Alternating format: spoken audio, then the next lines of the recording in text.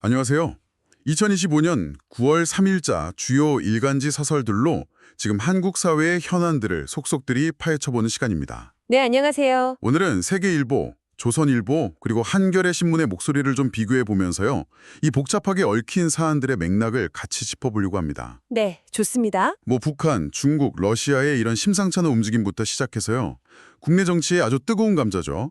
장관 후보자 검증 문제, 또 사법부 논란, 그리고 우리 경제성장 과제랑 부동산 시장 문제까지 정말 다양한 이슈들이 담겨 있더라고요. 네, 정말 이 새 신문 사설을 이렇게 나란히 놓고 보면요. 음, 꼭 현재 한국 사회가 겪고 있는 여러 고민들, 또 갈등들, 그 지형도를 딱 보여주는 것 같아요. 맞아요. 같은 사안을 두고도 이렇게 다른 시각, 또 다른 해법을 제시하는 걸 비교해보는 과정 자체가 우리 사회의 다층적인 현실을 이해하는 데 큰 도움이 될 겁니다. 그렇죠. 특히 오늘 다룰 내용들은 뭐랄까 서로 딱딱 떨어져 있는 게 아니라 다 연결되어 있다는 점, 여기에 좀 주목하면서 그 핵심 내용이랑 숨겨진 의미까지 한번 풀어드려 보려고 합니다. 예. 여러분께서 이해하시는데 좀 길잡이가 되었으면 합니다. 좋습니다.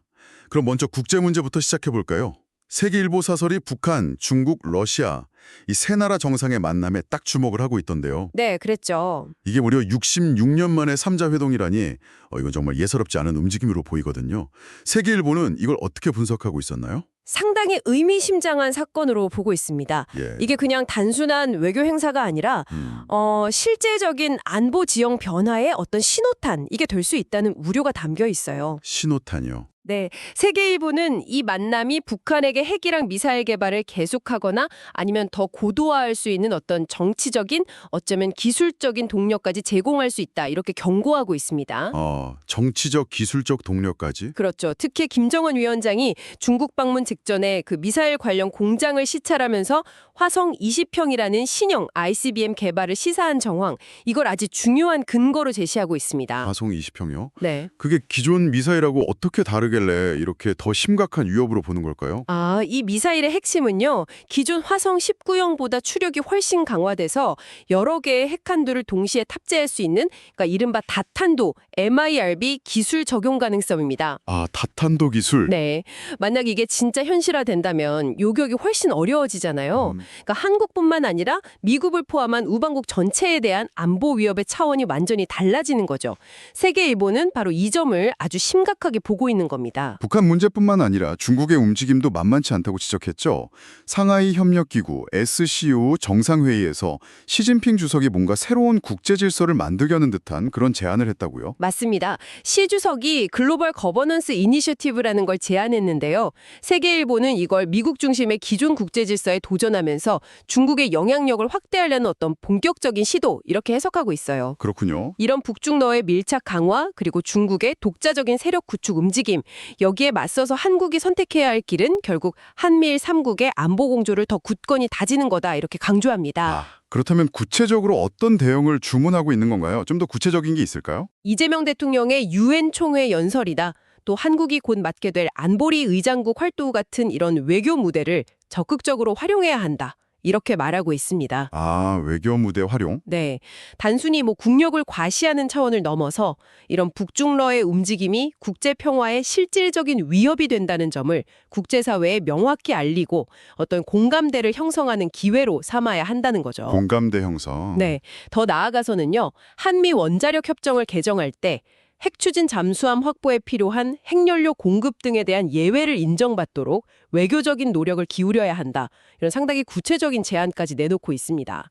동북아 정세 변화에 대한 위기감이 좀 느껴지는 대목이죠. 네, 정말 구체적인 제안이네요. 핵잠수함 관련해서.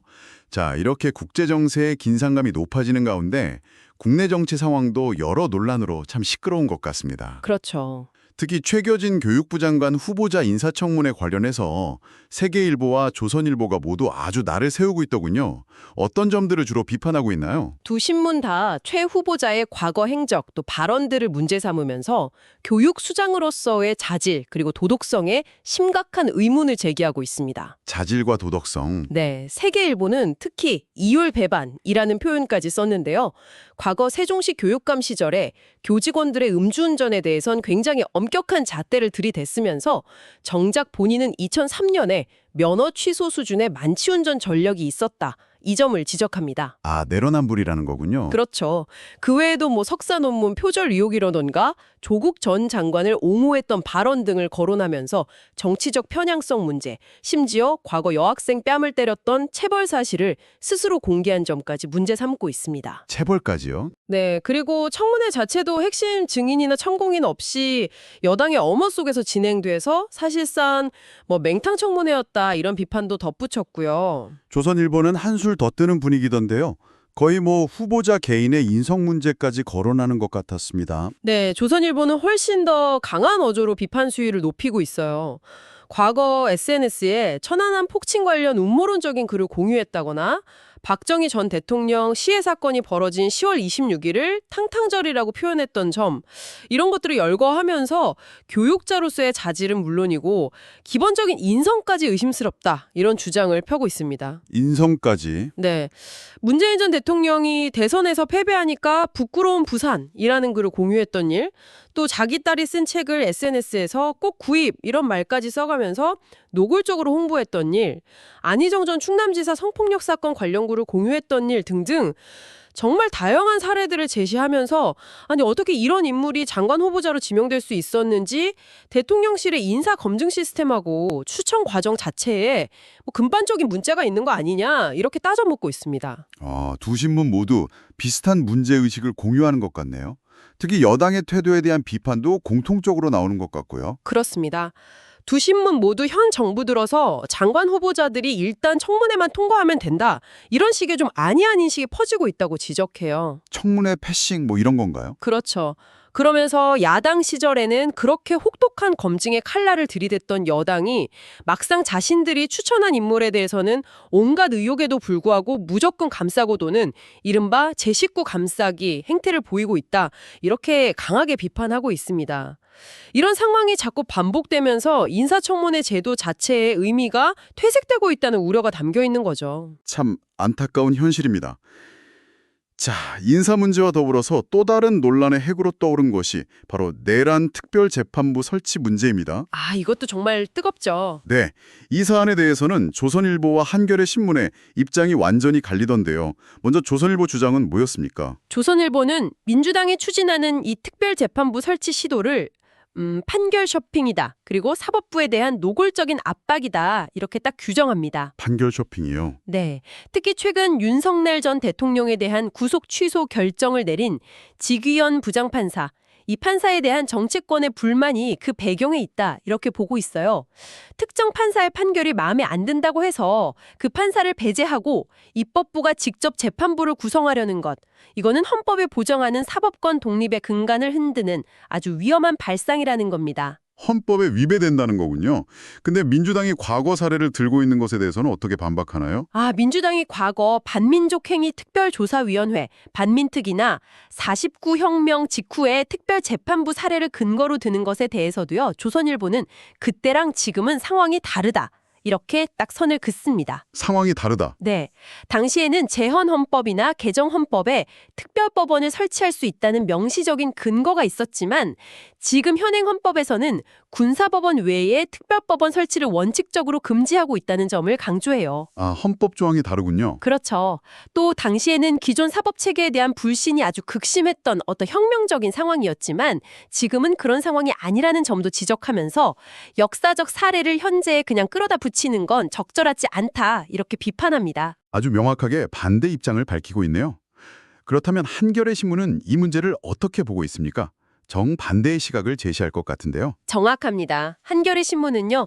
특별재판부 설치 논의가 나오게 된 근본 원인이 바로 직위한 판사의 재판 진행 방식 그리고 구속 취소 결정, 여기에 대한 국민적인 불신과 의혹 때문이라고 진단합니다. 원인이 사법부에 있다는 거군요. 그렇죠. 즉 문제의 본질은 입법부의 압박이 아니라 사법부 스스로가 자초한 신뢰의 위기에 있다는 겁니다. 여기서 한겨레는 중요한 질문을 던지는데요. 대법원이 단순히 위헌 소지가 있다 이러면서 반대만 할 게 아니라 왜 이런 논의가 촉발됐는지 좀 성찰하고 내란 재판의 공정성과 신뢰를 회복하기 위한 노력을 먼저 보여야 하는 거 아니냐는 것이죠. 사법부의 자성을 촉구하는 목소리군요. 구체적인 대안이나 근거 같은 것도 제시하고 있나요? 네, 과거 전두환 노태우 두 전직 대통령의 내란 사건 재판 당시에요. 법원이 외부 압력 없이 자체적으로 전담 재판부를 지정해서 운영했던 사례를 언급합니다. 아, 그런 사례가 있었군요. 네, 그때는 법원이 국민적 관심이 집중된 사건의 중대성을 인지하고 신속하고 공정한 재판을 위해 노력하는 모습을 보였는데 지금 대법원은 직위한 판사 관련 여러 의혹에 대한 조사나 재판부 재배당 같은 신뢰 회복 조치에 너무 소극적인 거 아니냐 이렇게 비판하는 거죠. 소극적이다. 그러면서 사법부가 이런 국민적 개혁 요구에 계속 귀를 닫는다면 결국 국민들의 더 큰 심판에 직면하게 될 거다. 이런 경고성 메시지를 던지고 있습니다. 이 두 신문의 정말 극명한 대립은 단순히 특정 판결에 대한 의견 차이를 넘어서요. 현 정권과 야당 간의 사법 시스템에 대한 근본적인 신뢰도 차이, 그리고 권력 투쟁 양상을 보여지는 것 같아요. 그러네요. 한쪽은 절차적 정당성과 사법부 독립을, 다른 한쪽은 국민적 정서와 사법 신뢰 회복을 우선시하는 경향이 뚜렷하게 드러나는 대목입니다. 한겨레 신문은 여기서 더 나아가서 윤석열 전 대통령이 구치소에서 보였다는 태도에 대해서도 상당히 강하게 비판했던데요. 그렇습니다. 국회 법사위 소속 의원들이 교정당국을 통해 확인했다는 CCTV 영상 내용 등을 근거로 들고 있어요. 윤 전 대통령이 검찰 수사관들의 체포영장 집행 과정에서 당신 검사 해봤어? 같은 반말을 하거나 내 몸에 손 하나 까딱 못해 이러면서 물리적으로 저항하고 심지어 옷을 벗고 바닥에 누워버리는 이런 행동을 보였다는 내용을 전하면서 이걸 매우 이례적이고 부적절한 행태라고 비판합니다. 아, 좀 충격적인데요. 네, 한겨레는 이런 행동이 법 위에 군림하려는 듯한 검찰 출신의 비뚤어진 선민의식의 발로다 이렇게 해석하면서 바로 이런 점 때문에 검찰개혁이 반드시 완수되어야 한다고 주장하고 있습니다. 전직 대통령의 태도를 둘러싼 논란까지 더해지면서 이 사법부 이슈가 더욱 복잡하게 전개되는 양상입니다. 자, 이렇게 정치권에서 인사 문제와 사법부 논란으로 시끄러운데요. 이런 상황 속에서 우리 경제는 어떤 방향으로 가야 할지 이 고민도 깊어지고 있습니다.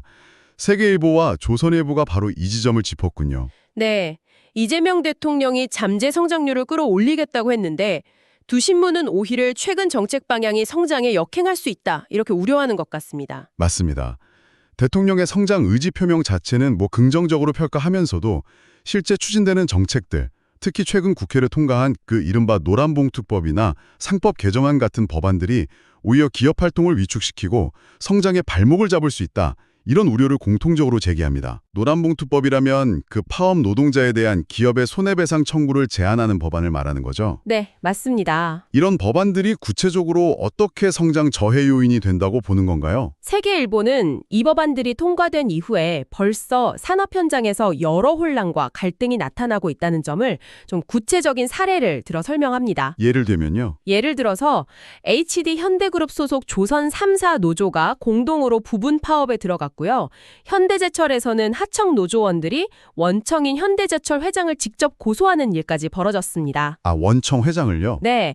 그리고 네이버 노조는 원청인 네이버 본사에 직접 교섭 책임을 요구하면서 집회를 열고 했고요. 이런 사례들을 들면서 노조의 불법 행위에 대한 기업의 대응 수단을 제약하고 원청의 책임 범위를 무리하게 확대하는 법안들이 결국 노사 갈등을 부추기고 기업 경영의 불확실성을 높여서 투자와 성장을 가로막게 될 거다 이렇게 주장합니다. 불확실성 증대. 네. 여기에 더해서 KDI, 즉 한국개발연구원이 우리나라 잠재 성장률이 향후 5년간 평균 1.5%에 그치고 2040년대 후반에는 아예 마이너스 성장 시대에 접어들 수 있다. 이런 암울한 전망을 내놓은 사실을 상기시키면서 이런 반기업적 법안들에 대한 실효성 있는 보완 입법과 함께 노동시장 유연화 같은 구조개혁이 시급하다고 강조합니다. 조선일보는 아예 최근에 열렸던 국가성장전략회의라는 행사 자체에 대해서도 좀 비판적인 시각을 보였던데요. 회의 이름은 성장인데 내용이 부실했다, 이런 취지인가요? 네, 그런 맥락입니다. 조선일보는 회의 명칭은 국가성장전략회의였지만 정작 논의된 내용을 보면 성장의 핵심 동력인 기업 활성화 방안이나 규제 혁파, 노동개혁, 교육개혁 같은 이런 구조적인 문제에 대한 심도 있는 논의는 부족했다 이렇게 지적해요. 그럼 주로 뭘 논의했다는 거죠? 오히려 적극 재정이라는 이름 아래 정부 지출 확대를 강조하거나 노동권 강화, 특히 임금 체벌 문제 해결에 상당 시간을 할애하는 등 약간 분배나 복지 쪽에 무게중심이 쏠린 거 아니냐 이런 평가를 내놓습니다. 아, 성장보다는 분배 쪽에? 네, 결국 성장의 주체인 기업의 활력을 불어넣고 경제 시스템의 효율성을 높이는 근본적인 처방 없이 새는 양날개로 난다는 식의 원론적인 언급만으로는 이 잠재 성장률 하락 추세를 반전시키기 어렵다. 이런 정부의 성장 의지 자체에 대한 근본적인 의구심을 표하고 있는 셈입니다. 그렇군요. 성장과 분배, 이 두 마리 토끼를 어떻게 잡을 것인가에 대한 정부의 구체적인 로드맵이 잘 보이지 않는다. 이런 비판으로 읽힙니다. 네. 경제 성장 동력에 대한 우려와 함께 시장 질서를 교란하는 행위에 대한 경고도 나왔습니다. 마지막으로 한겨레 신문이 주목한 부동산 시장의 이상 징후인데요. 서울 아파트 매매 취소 건수가 크게 늘고 있다고요? 이게 왜 특별히 문제가 되는 걸까요? 네, 이게 단순히 계약이 취소되는 건수가 늘어난 것 자체보다 더 주목해야 할 지점이 있습니다. 어떤 점이죠? 바로 취소된 거래들 중에 상당수가 계약 당시에 해당 아파트 단지나 지역에서 최고가로 신고되었던 거래라는 사실입니다. 최고가 거래가 취소된다. 네. 구체적인 수치를 보면요. 올해 상반기에 서울 전체 아파트 매매 취소 건 중에 36.5%, 특히 강남구나 서초구 같은 고가 아파트 밀집 지역에서는 무려 50% 이상이 최고가 거래였다는 겁니다. 절반 이상이요? 최고가로 신고했다가 취소한다? 일부러 그러는 걸까요? 뭔가 좀 의도가 있어 보이는데요. 한겨레 신문은 바로 그 점을 강력히 의심하고 있습니다. 일부러 비정상적으로 높은 가격에 계약한 것처럼 신고해서 주변 시세를 끌어올리거나 아니면 하락을 막으려는 일종의 시세 조작, 가격 띄우기 행위일 가능성이 높다는 겁니다. 아, 시세 조작. 네.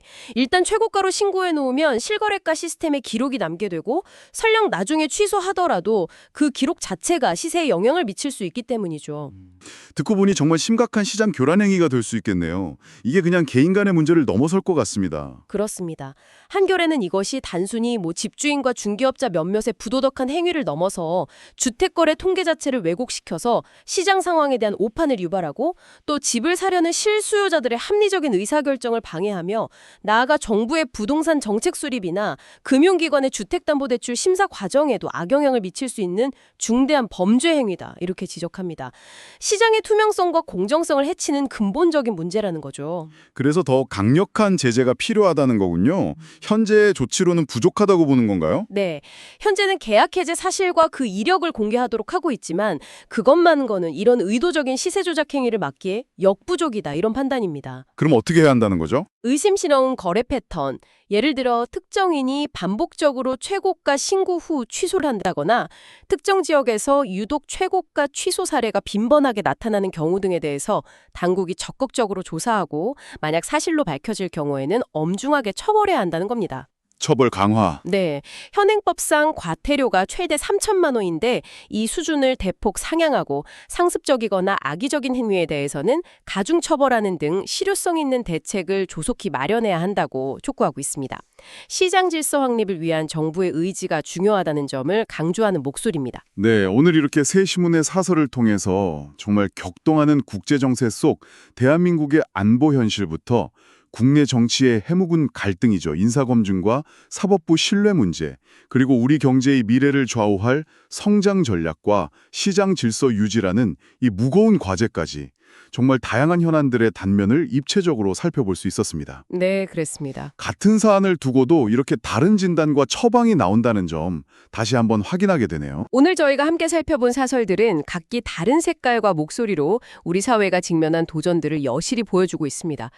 국제 관계의 긴장 고조, 국내 정치의 깊은 갈등의 골, 그리고 경제 성장에 대한 희망과 불안감 같은 것들이 아주 복잡하게 얽혀 있죠. 네, 정말 복잡합니다. 여기서 한 가지 좀 생각해 볼 질문을 던져보고 싶습니다. 이처럼 다양한 문제들이 서로 얽히고 설켜서 영향을 주고받는 상황 속에서 우리 사회가 앞으로 나아가기 위해서 가장 중요하게 회복해야 할 가치는 과연 무엇일까요? 어쩌면 그것은 신뢰가 아닐까 싶습니다. 신뢰요? 네, 정부 정책에 대한 신뢰, 사법 시스템에 대한 신뢰, 그리고 우리가 참여하는 시장에 대한 신뢰 말입니다. 이 복잡한 상황 속에서 과연 어떻게 신뢰를 다시 쌓아갈 수 있을지 오늘 내용을 바탕으로 여러분 각자의 생각을 한번 정리해 보시는 것은 어떨까요? 이것이 오늘 저희가 여러분께 남기는 화두입니다.